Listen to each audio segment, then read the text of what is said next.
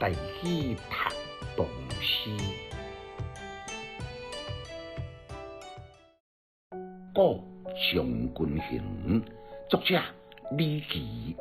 别日登山望黄河，黄昏饮马傍交河。行人抽刀黄沙岸，公子琵琶游园道。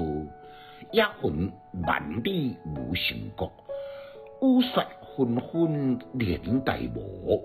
我眼爱明夜夜灰，乌里眼泪双双落。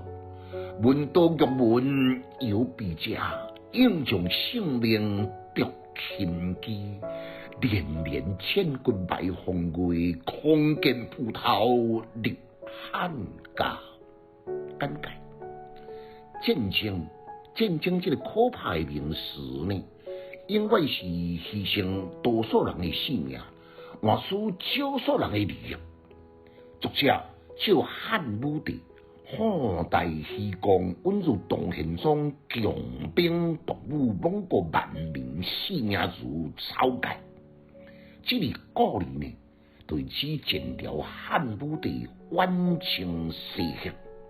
头前2年呢，记述晚清的病史。日时呢，必须要爬上悬悬的山尾顶来瞭望敌情。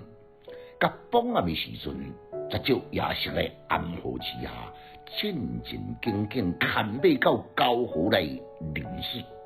日间的风沙热天，也阴森离离。经常传来一阵凄凉的悲悲声，更加扣人心弦。中的2年呢，搁在形容塞外凄苦风凉，甲战争的残酷。